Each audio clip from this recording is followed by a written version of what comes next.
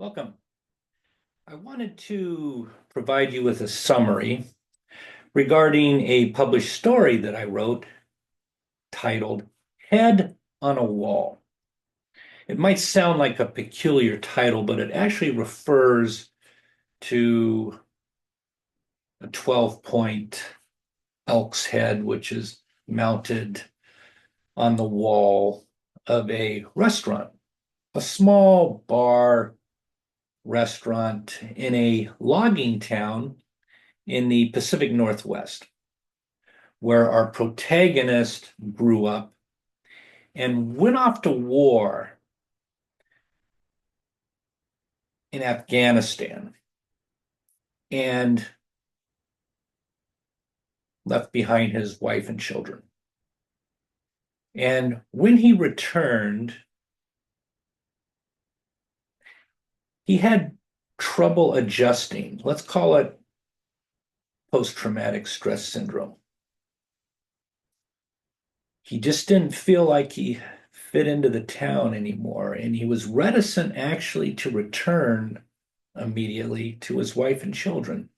That means he actually came home and they did not know for about a week that he was there. The story is going to follow our unfortunate protagonist as he grapples with this PTSD that he brought home from the war and the changes in this logging town. It's just a small working class town.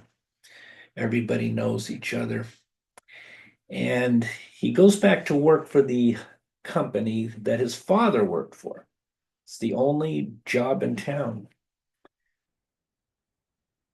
And in addition to the ravages of war that are ravaging his mind and his perception, he actually has conversations with this mounted head on the wall as he attempts to work through his mental illness caused by the war.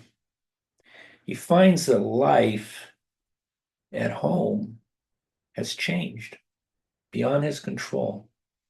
His life, as he knew it, has come apart, and he's grappling with issues of just terrible, broken heart, abandonment, betrayal. And he actually ponders the worst possible end to this pain that one can take on. I'm going to leave that up to you when you read the story.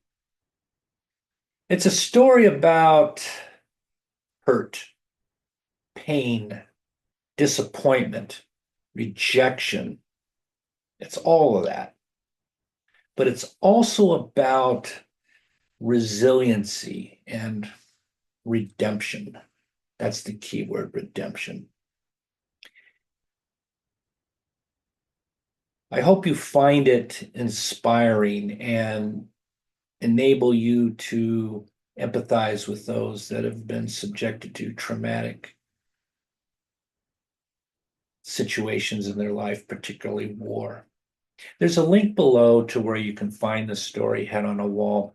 I've also included a link to my website where you'll find nearly 100 fiction stories and poems, as well as my 2-season podcast titled Razorsinkpodcast, where I talk about film, television, and music.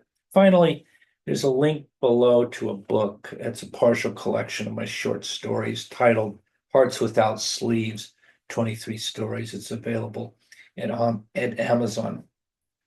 Until I see you next time, I hope your personal story is a bestseller. We'll see you next time.